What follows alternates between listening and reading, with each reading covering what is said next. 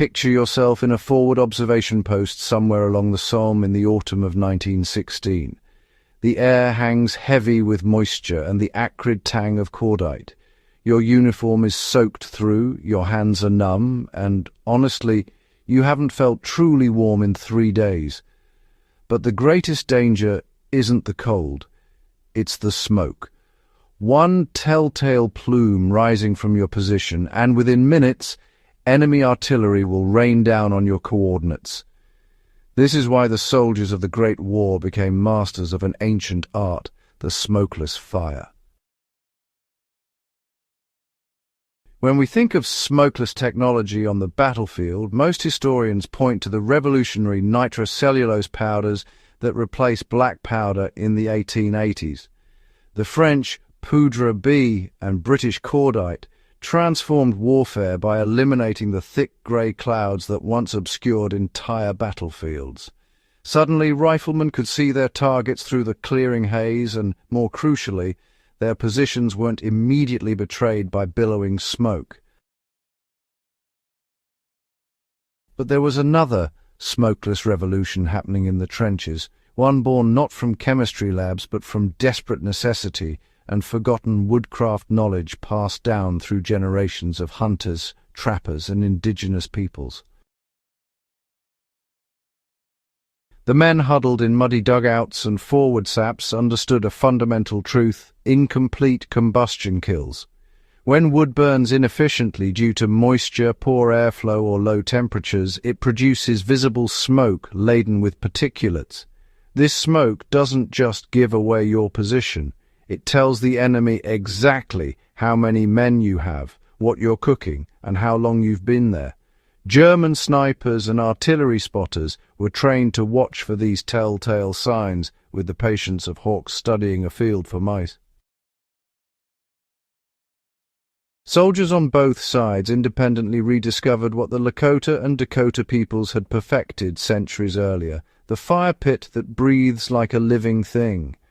The technique was, elegant in its simplicity. You dig 2 holes roughly a foot apart, connected by a tunnel at the base. The first hole becomes your firebox, dug narrow and deep. The second serves as your air intake, positioned upwind.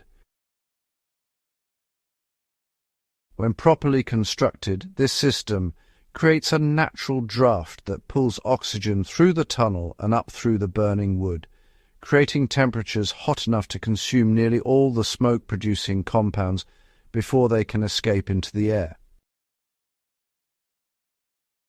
British sappers became particularly adept at constructing these concealed fire pits in forward positions, often incorporating them directly into the trench architecture.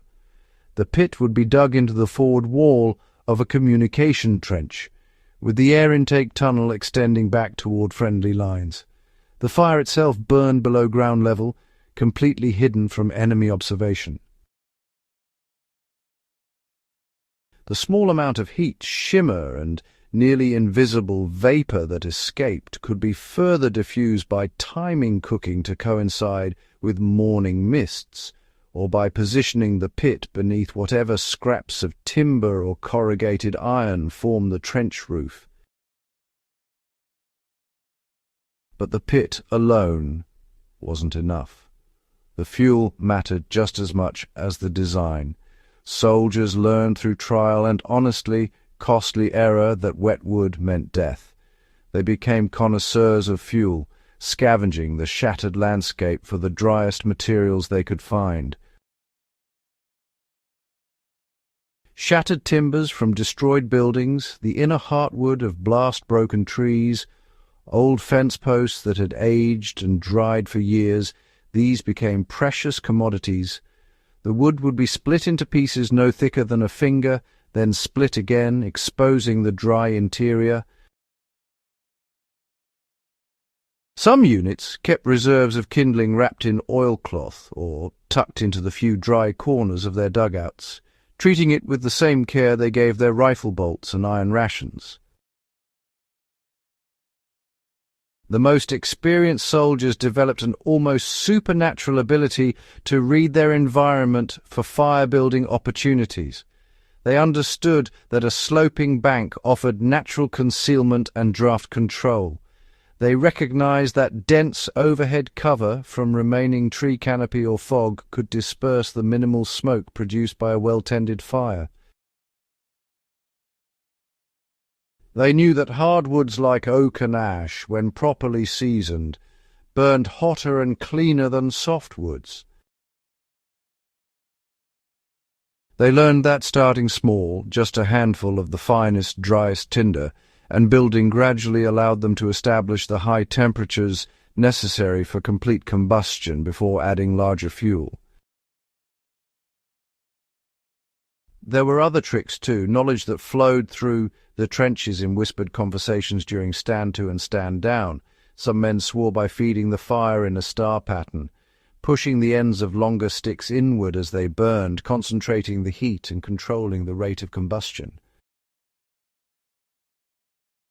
Others learned that charcoal, once established, produced virtually no smoke at all, and they would carefully bank and preserve coals from one fire to the next, carrying them in old ration tins lined with earth.